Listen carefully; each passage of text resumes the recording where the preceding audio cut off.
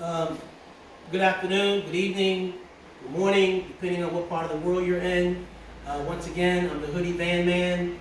I'm in Phnom Penh, Cambodia, packing up so that we can ship all our free gifts to the states, in particular Washington, D.C., so that we can raise funds, $1 million, to help our mission, our cause, in the struggle for criminal justice reform and social justice reform. More specifically, homelessness and mass incarceration, okay? But I sort of, my last little talk, we had my Hoodie Van Man bag lady, Miss Tawi, who I apologize for hitting upside the head with the box, but she's now packing up the rest of our handmade gifts. Again, these are all recycled items, all recycled, and they'll be packed up individually. And I'll be making donations and doing giving away free gifts in exchange for donations and doing consultations outside of the white hoodie van, okay? And so just to let everybody know, that is our goal, that is our objective. Once we get somewhere around $1 million, we'll start renovating some of the property, some of the lands that we have, and we will start a agricultural construction program where we have about 60 acres in Kentucky. We're going to chop down the trees. We're going to start harvesting certain crops, and our plan is to take those crops, ship them to the Washington, D.C. area, where we'll be serving some of the homeless shelters. And so we need people for that. And I'm thinking that if we can somehow, the First Step Act, if there's ever a Second Step Act, I want to start that. The second step is getting out not all the non-violent offenders, but most of the non-violent offenders. People have been locked away for a long time. You know, it doesn't take a person 10, 15 years to learn their lesson on a bad charge. It doesn't take a person to be punished, we call it retribution, for 10 or 15 years, you know, on a drug possession charge. So many people who've been locked up, who are guilty, been locked up, and not guilty, locked up, need to come out. They can become productive members of society, get back to working, be contributing to the community, and so that's what we need. We need to reunite everyone. We've had too much division in this country over the last 400 years. Too much division. And that includes the native peoples as well. This is not just a black and white problem. It is a red problem too. America wasn't called America before the colonists discovered it. There was no name to the place. The native peoples were there.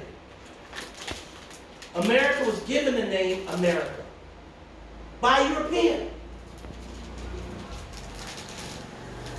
The Indians, the Native Americans, they didn't give themselves a name, the Native Americans. Someone else gave them their name. The Africans weren't even called Africans. So we need to dispel and just throw away all these labels that divide people, that cause friction and fighting among people. We all came from one geographic area somewhere about 200,000 years ago. So guess what? That means we're one race. There's no black, and there's no white, there's no red, there's no yellow. There's no brown also. We all have pigmentation. We all have pigmentation. We all originated from somewhere, from some place. Yellow is not more superior than black. Red is not more superior than white. White is not more superior than green. If you work hard, if there's no racism and no discrimination and no slavery or involuntary servitude, people will excel. Our problems didn't just start after Plessy versus Ferguson. Jim Crow, the Black Codes, 1896. Our problems didn't end with the Civil Rights Act in the 60s. Our problem didn't end with the 13th Amendment and the Emancipation Proclamation. Africans were enslaving Africans. Europeans were enslaving Europeans.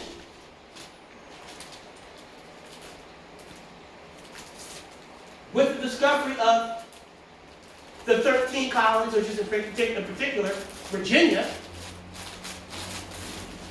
once the Europeans arrived here, they said, hey, all this land, the native peoples, all we got to do is get rid of the native peoples. This is all ours.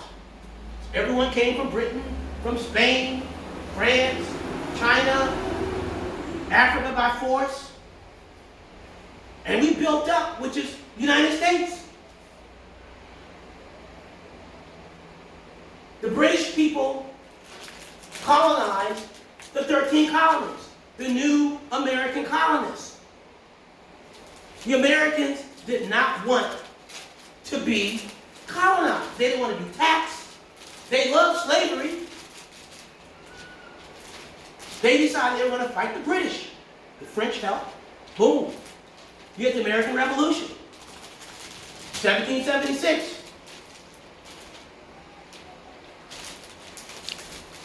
Our problems did not end with Brown versus Ferguson. I'm sorry, Brown versus Board of Education, 1954. Problems didn't end there. The civil rights have been a huge struggle for all Americans from 1619, if you want to use that date. Yes, one can argue that that was the original sin, 1619, having slavery. And the Constitution, one can argue, was built around slavery. Guess what? The Founding Fathers made a mistake. They were wrong. They were slaveholders too. That's a serious contradiction. The Bill of Rights, the first 10 amendments, we have many, many issues that need to be fixed, that need to be addressed. It is going to take everyone to work on this together. You can't have the black people in one corner. We can't have the white people in the other corner. We can't have the Trump supporters against the non-Trump supporters. We voted Trump in office. That means he's the president. We want a new president, we got to vote him out. Some things I don't like about Trump. Some things I do like about Trump. I like the way Trump is handling the Chinese trade issue. I don't like the way Obama handled the Chinese trade issue. It's always been imbalanced. I'm not here to take sides, political sides. I'm here to problem solve. We have to take action. We have to put race aside. No more race, no more racism. Accept that people have different pigmentation. Accept that the playing field was never level. The Africans' decks were against them from day one. Families killed, murdered. They were terrorists. The Europeans were terrorists, killers.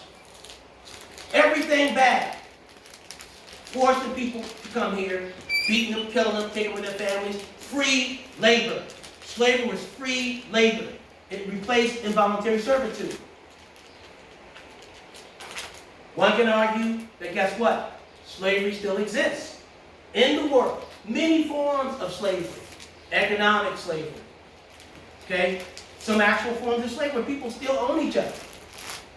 In Cambodia, we have here where if you owe money to someone, guess what? The family will sell or rent out the child to take care of that debt for maybe 2 or 5 or 10 years. Who knows? The brick factory issue is one example.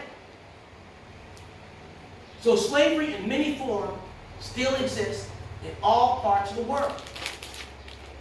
In Cambodia, many parts of the world, Southeast Asia and Africa, people are changing their skin color. They want to make it white. They think it's white. They want to make it lighter. They want to change their pigmentation to a light pigmentation from a dark pigmentation. That's fine. That's what you want to do. You want to change your skin color. But guess what? You'll never be white. You'll never be black. I don't care how hard you try. I don't care what part of Africa you are. I don't care what part of Switzerland you're from.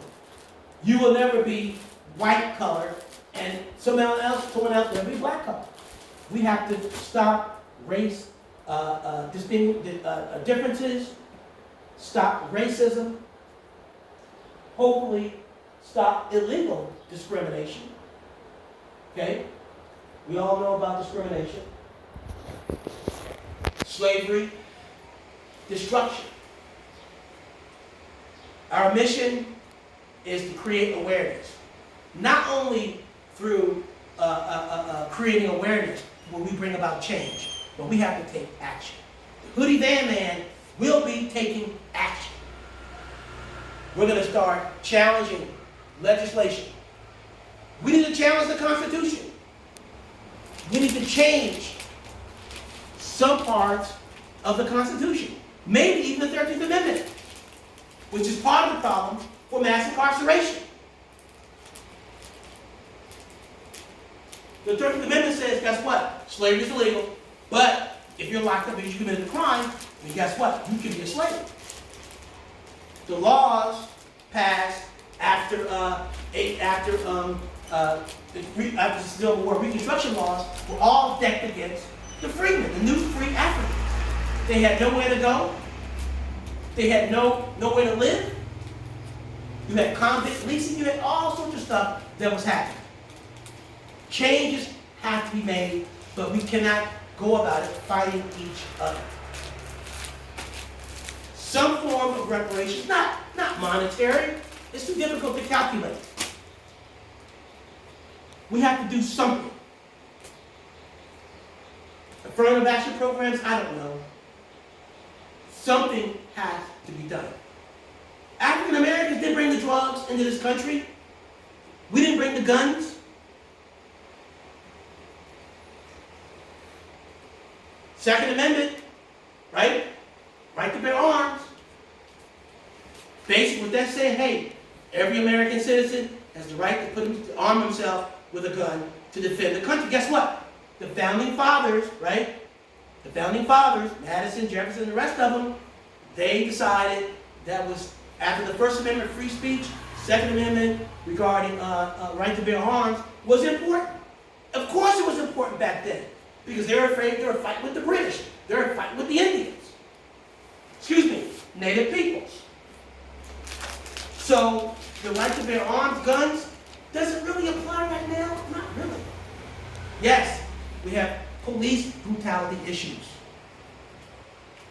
We have criminal justice issues, correctional issues, prosecution issues, judge issues that it needs to be reformed completely, from the judges to the prosecutors to the defense lawyers, so that when someone is locked up for a violent offense or criminal or a non-violent offense, they get the proper treatment, mental health treatment as well.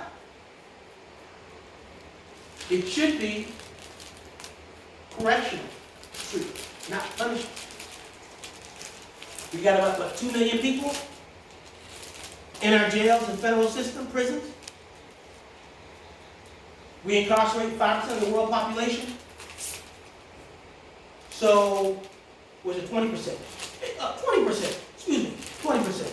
So many numbers, I can't keep up with them all. I do understand one thing. We need to raise $1 million. We need to fight to change the whole issue of race relations, how people view color. We need to make the changes to the Constitution. People need to change the way they think. Stop talking about academically. All the professors, all the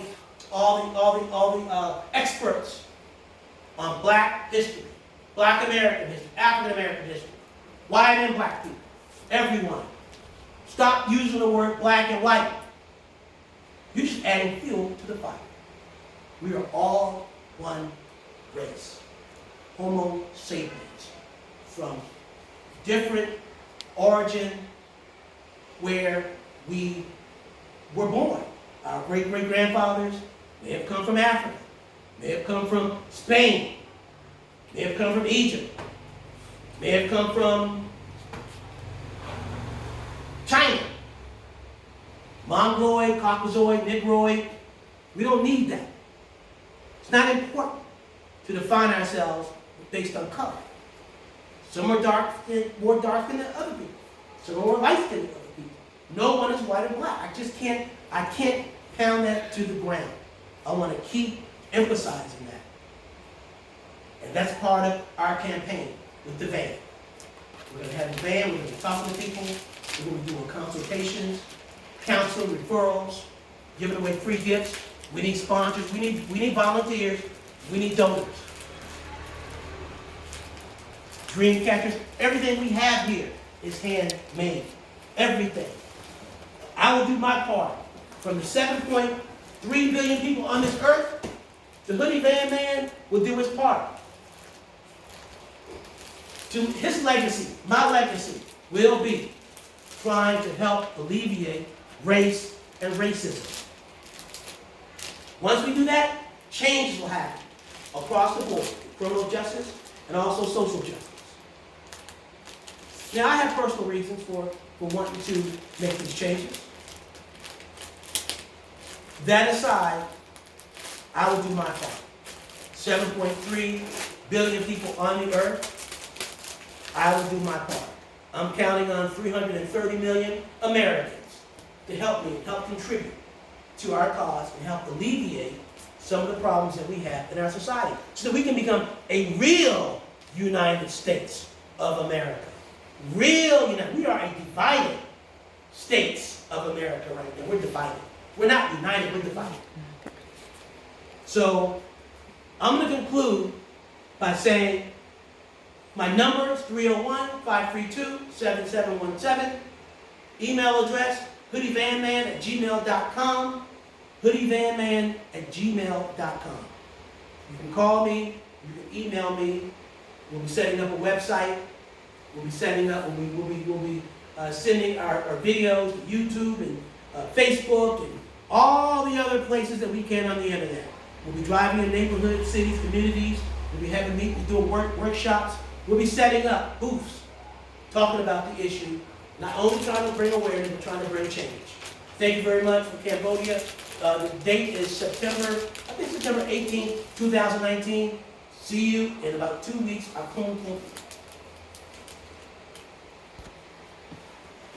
Okay.